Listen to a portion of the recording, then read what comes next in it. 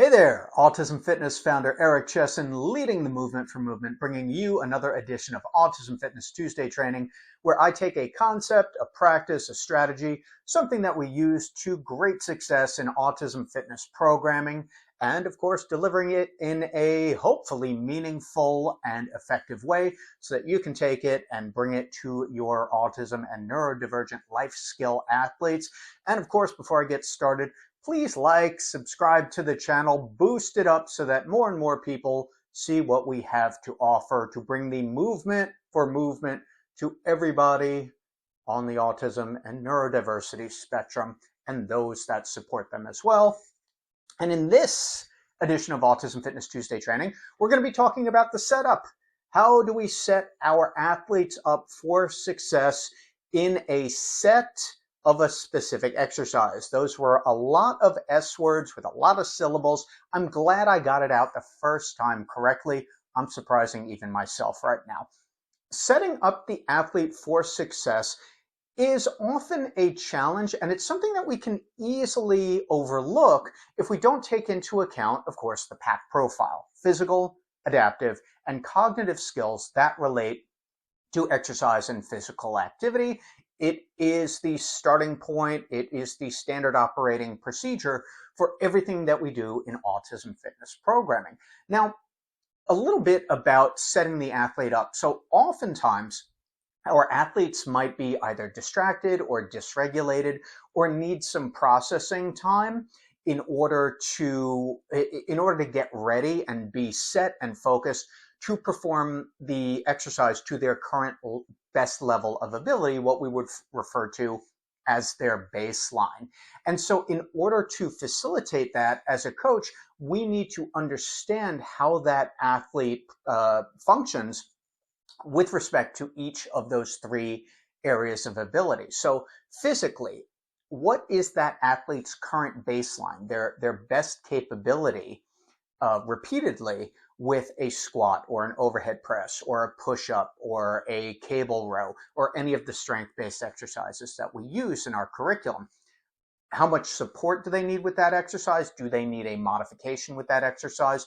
All of these things are important questions, and it's important to have the answers so that we can understand where we need to start a particular exercise. Now, of course, this can take some time. It can take 2, 3, 4, even 5 sessions to figure out where an athlete is starting as far as their physical capability. Then we consider adaptive capability, that athlete's readiness in terms of motivation and focus. So this comes into play a lot with many of our autism and neurotypical life skill athletes, as motivation tends to be one of those areas of not only challenge, but oftentimes misconception. So setting the athlete up often revolves around or requires setting expectations, making sure those expectations are clear, and providing the essential strategies that are necessary in order to keep that individual engaged. In autism fitness programming, we rely on 8 different strategies ranging from offering choice to behavior-specific praise to using secondary reinforcers for some of our athletes, even engaging them in conversations that they find compelling or focusing on their interests throughout the session. These are ways that we can keep the athlete focused and motivated to continue participating, and in the moment, participating as fully as they can to the best of their current physical capability as well. So there's definitely overlap between the adaptive and the physical. Finally, the cognitive, that's the communication piece, the communication, memory, and coaching as well. So how are we setting that athlete up in the situation? Do they understand the expectation for performing the exercise? Do they understand the when-then contingency? So when you're finished with these band rows, then you can have a break. These type of basic structures that seem so simple that they are sometimes overlooked. But again, overlooking them takes away the structure. So that may leave our athlete in a place of confusion. So setting the athlete up, coming back to the physical, means making sure that they are in position to complete the exercise as capably and fully as possible. It doesn't necessarily mean that the athlete has independently mastered that exercise just yet, but we are providing as much of a modification or as much of a helpful start as they need. I'll give you an example. Oftentimes we use plastic ring markers for our athlete's foot position if they're doing an overhead press, if they're doing a squat, if they're doing a band or cable row, because it serves as a visual and spatial representation of or prompt where they need to keep their feet. Now, foot position is going to be a big deal. We refer to that as rooting because the more stable the feet are on the ground, by the way, this is why unstable surfaces are a poor choice for performing, well, not just resistance-based exercises, but any exercise. But we want the athlete to be as stable as possible, rooting their feet onto the ground because that's going to give them a better base of support for executing the exercise as strongly and effectively as possible. So feet are a big deal. Then where is the athlete positioned in relation to the equipment? If they're squatting to a box, are they too far out? Are they too far in? Are they just right in that Goldilocks zone? Are their feet wide enough? Are they at around shoulder width as far as foot positioning? Are they a little wider if they need a larger base in order to be stable on that squat, for example? Do they need a wider base if they're doing a scoop throw in which the feet need to be wider because the ball is being brought back behind the knees and then launched forward? That's a rudimentary description of the scoop throw, but you get the idea. And then hands. So grip is a big deal for many of our autistic and neurodivergent individuals. So we want to ensure that they have the strongest grip on an object, whether it's a medicine ball, a dumbbell, a soft bell, a sand bell, whatever, band handles.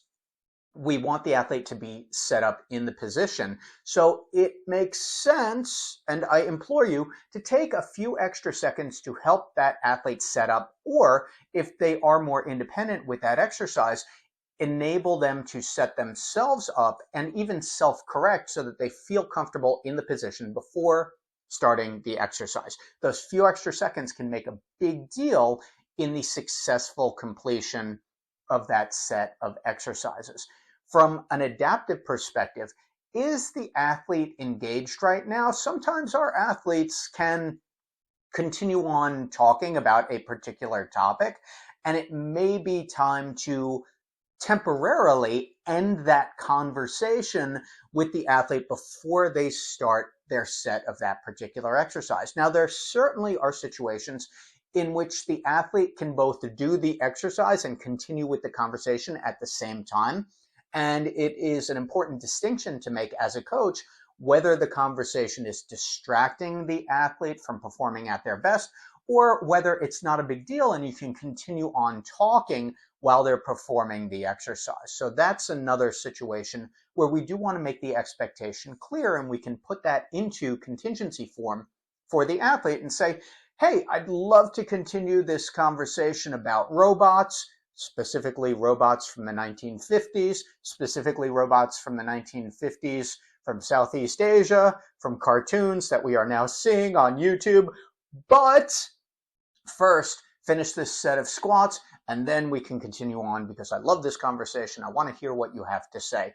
Or the athlete continues to talk about the robots, and we just give them a few extra seconds to complete their sentence or sentences, and then again come back to setting the athlete up for success with that particular exercise. There is a difference between coaching an athlete's performance and getting through a set of exercise. Getting through a set of exercise means that we are bypassing some of the most important aspects of that exercise. Focus, slowing down, making sure that the athlete is performing the exercise with the correct tempo or as good tempo as they can currently perform from the physical perspective. And finally, from the cognitive perspective, setting those expectations around what's the structure. So those when-then contingencies, when you're finished with band rows and overhead presses, then you can take a break, or then we can continue this conversation. Setting the athlete up to understand what is going on is a great way to, number one, alleviate anxiety, number two, to get them situated as to what is happening right now, and third, when you don't have to worry about, I don't know what's happening next, you're better able to focus on the task at hand, in this case, whatever the exercise is. So the setup is critical to the athlete's performance, and we want to check off all three of those PAC profile attributes: the physical, the adaptive, and the cognitive. And within those three, the physical, the adaptive, and the cognitive, there are also some other smaller checkoff points: feet, hands, shoulders, hips. Is the athlete in the correct position for performing this exercise as independently as possible? So these are the questions that we want to ask ourselves when we are coaching an athlete through a particular exercise. Are all of these things accounted for? Does the athlete understand and appreciate the expectation for performance? Do they understand and appreciate the contingencies that are at play, the when-then? And if that athlete does really well with visual representations, whether it's pictures or whether it's text, are we providing that so that the athlete has a working context for what they are doing now, what they are doing next, what they've already done, and even time-based, like how much time is left right now, how much time is left in the session, how many sets do I have left of all these exercises? A lot of these things, if we leave it just to chance, or if we leave one big question mark there, it may take the athlete out of their best performance, because these things are unclear. We want to, as coaches, provide as much guidance and clarity as we can to support that athlete so that we are getting their best performance in that particular exercise, so that we have that training effect. The exercise is serving its purpose as a tool to get that athlete stronger, safer, more capable in their daily activity. So the next time you're running a program, consider these things. Is the athlete set up for success from a physical perspective, from an adaptive perspective, from a cognitive perspective? And what can we do to enhance and optimize their experience? I hope that's helpful. The setup is really important. It's not something to be just jumped over and, okay, let's just get to the exercise as quickly as possible. We want to get to the exercise as efficiently and effectively as possible, and the setup is a major, major part of that. I hope this has been helpful. I'd love to know what you think. If you have a question or if you have a comment about this, please leave them in the comment section below. If you have a topic you'd like me to cover in a future edition of Autism Fitness Tuesday training, please leave that in the comments below. It also kind of helps the algorithm. I don't know exactly how it works, but I know it does that. I'm Autism Fitness founder Eric Chessen, leading the movement for movement. Thank you very much for watching, and I'll be back soon with another topic, maybe even one that you suggested.